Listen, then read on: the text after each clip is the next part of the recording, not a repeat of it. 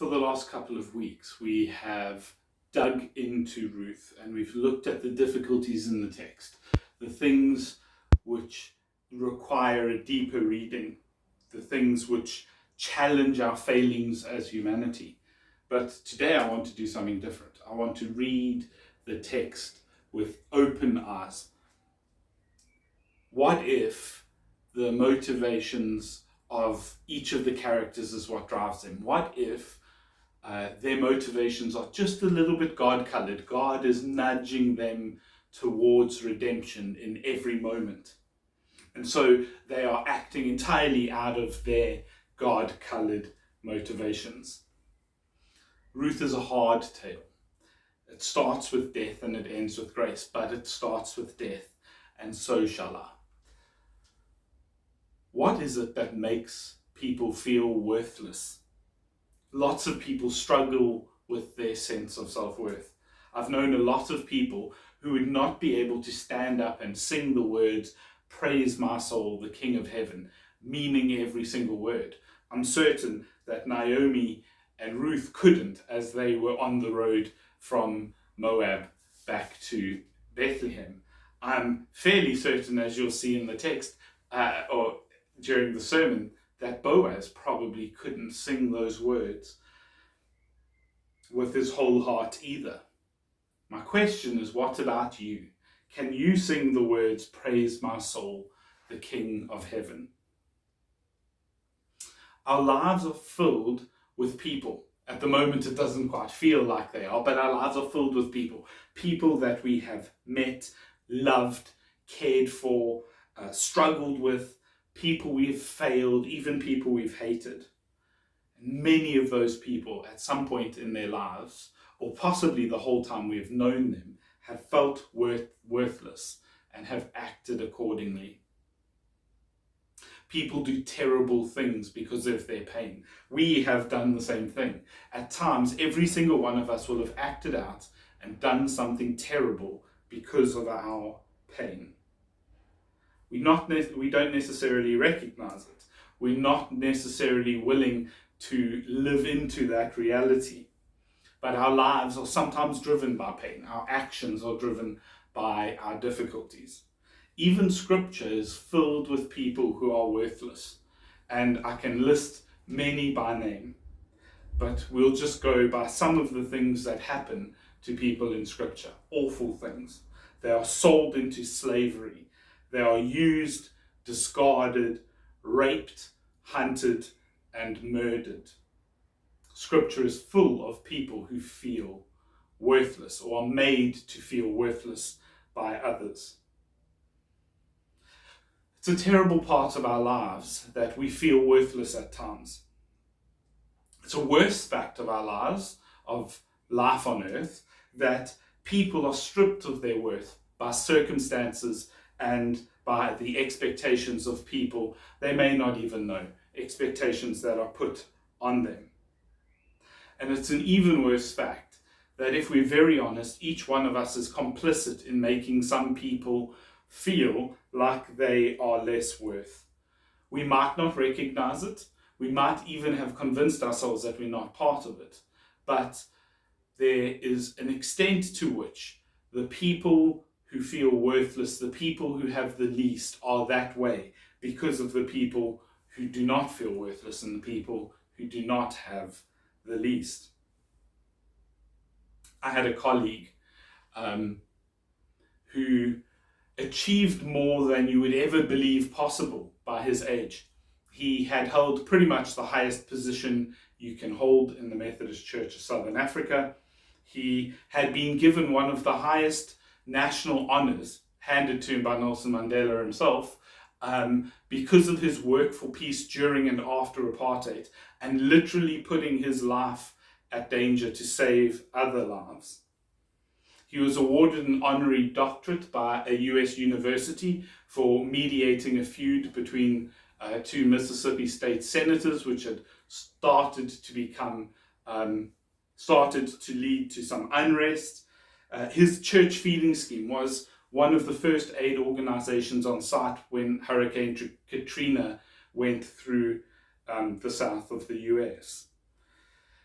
And he came back to South Africa, or he went back to South Africa, with the particular job of dreaming up how to train and form the next generation of Methodist ministers and to establish the organization that would do that. It's the seminary that I studied at. He was a wonderful family man. His kids were great. He had the esteem of almost everybody, and he wasn't yet 60. And yet one day he died in his garage at his own hand. The pain and pressure of everyday life is something that can crush us. We're not always particularly aware of the pains and pressures of everyday life, but the pains and pressures of everyday life is something which can crush us. So we turn to our three main characters. Naomi's story is a story of bitterness. God has dealt bitterly with her. She is married and there is no food, and so they pack up and they move to a new country, to people who don't share the same values and expectations that she does, and she builds a life there. They have two sons. The sons marry wonderful Moabite girls, and they build a life, and they're safe and secure, and they're happy. They are no longer desperate and hungry. But a time comes where things start to fall apart. Her husband dies, and then her boys die. And so she finds herself on the road back to her hometown, to the town, the house of bread. Having heard that there's food there, she's going back to the town she comes from, desperate and again facing starvation. She has very little regard left for herself because she sees herself as disregarded by God. And so she even tries to turn away her two loving daughter-in-laws, telling them, I can't have another son to be your husband. Why waste your time with me? Rather go home and find a new husband for yourselves.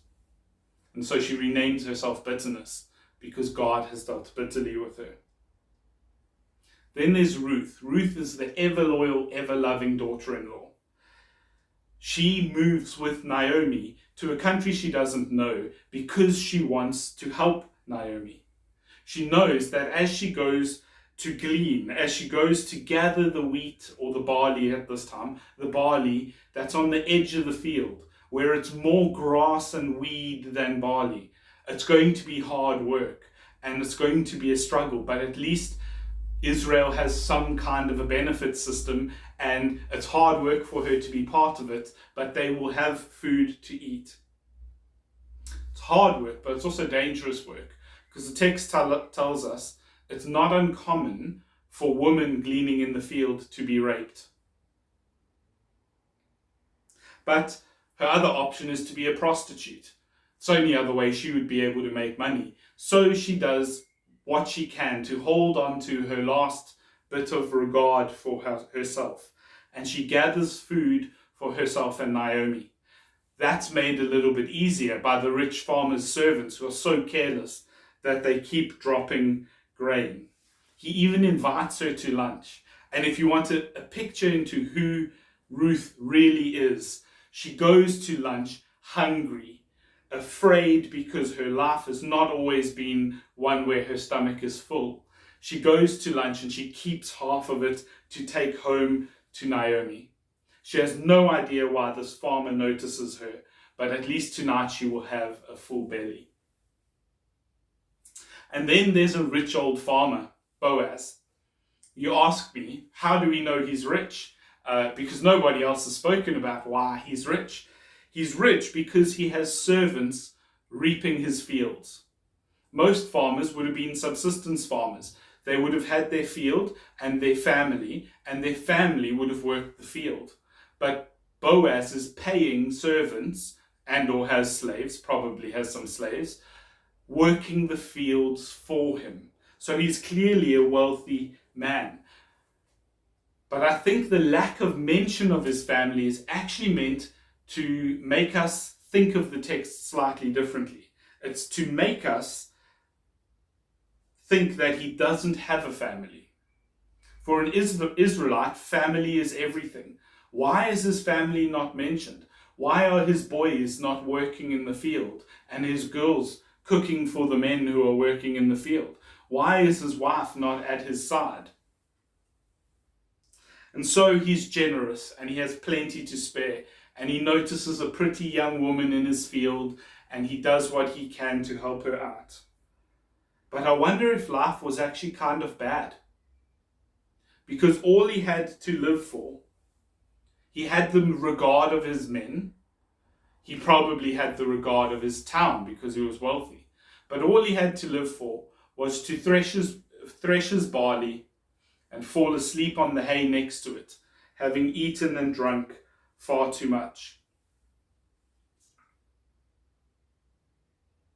And so, the story is a story of people who have very little regard for themselves, very little regard from the community. Our story today is not a different one. People are incredibly lonely. All over the country and all over the world, people are incredibly lonely. And I wonder how many of them have lost their regard for themselves because they feel like the community has no regard for them.